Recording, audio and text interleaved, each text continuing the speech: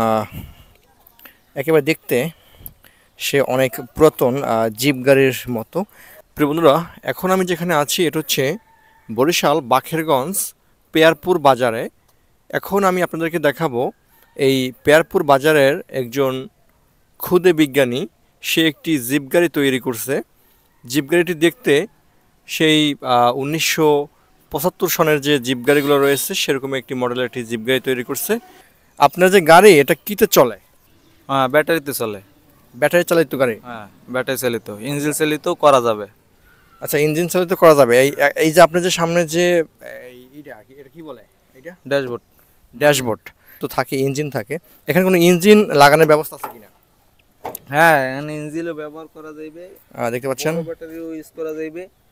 আমি পার্সোনাল চালাই, সেই জন্য আমার চালাইতে কম, সেই জন্য আমি পাউডার ব্যাটারি ইউজ করছি, যা এই চার্জ আমি করতে পারি না। আচ্ছা, কতক্ষণ চার্জ দিতে হয়? এটা 8 ঘন্টা চার্জ দিতে হয় রাত্রে। কত দূর চলে, কত কিলো? 8 ঘন্টা চার্জ দিলে এটা 80 কিলোমিটার চলে। 80 কিলো? হ্যাঁ। কয়জন লোক ক্যারি করা যায়? এটা ড্রাইভার সহ 4 জন ক্যারি করা যায়। চাইলে আপনার বড় গাড়িও করা যাবে, 8 সিটের গাড়ি করা যাবে।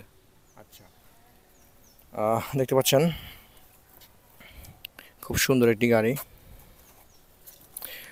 তা এখন একটু বলবেন যে আমরা কি একটু চড়ে দেখতে পারি কিনা আপনার গাড়িটা? হ্যাঁ, অবশ্যই চলে দেখতে পারেন। ঠিক চলবেন আছে। না? প্রিয় বন্ধুরা, দেখতে পাচ্ছেন ভাইয়ের সাথে আছি, এখন এই গাড়িটা আমরা একটু চড়বো। একেবারে দেখতে সে অনেক পুরাতন জিপ গাড়ির মতো। যদিও কিন্তু উপরের যে সারফেস টারফেস এগুলো কিন্তু এখন পর্যন্ত তৈরি হয়নি, এগুলো তৈরি হবে আগামী 1 মাসের মধ্যেই, আশা করা যায়। মোটামুটি আকারে এদিকে গুছ হয়েছে। আমি প্রথমে মনে করছিলাম যে এটা যদি চড়া হয় তাহলে হয়তো বা অনেক ঝাঁকি লাগবে, অনেক ভাইব্রেশন করবে বা ভাইব্রেট করবে, কিন্তু আসলে এরকমের না। এটা স্মুথলি চলে যায়, যেটা সাসপেনশন থাকলে যেমনটা হয় সেরকমটাই আর কি। অল্পের মধ্যে একটু হাই করছি। অল্পের মধ্যে অল্পের মধ্যে একটু হাই করছি। আচ্ছা আচ্ছা, অল্পের ভিতরে একটু হাই করা হয়েছে। খারাপ না। আমি এতক্ষণ গাড়িটা চড়ে বা উঠে বুঝতে পারতেছি যে না, আসলে খুব ভালোই লাগতেছে।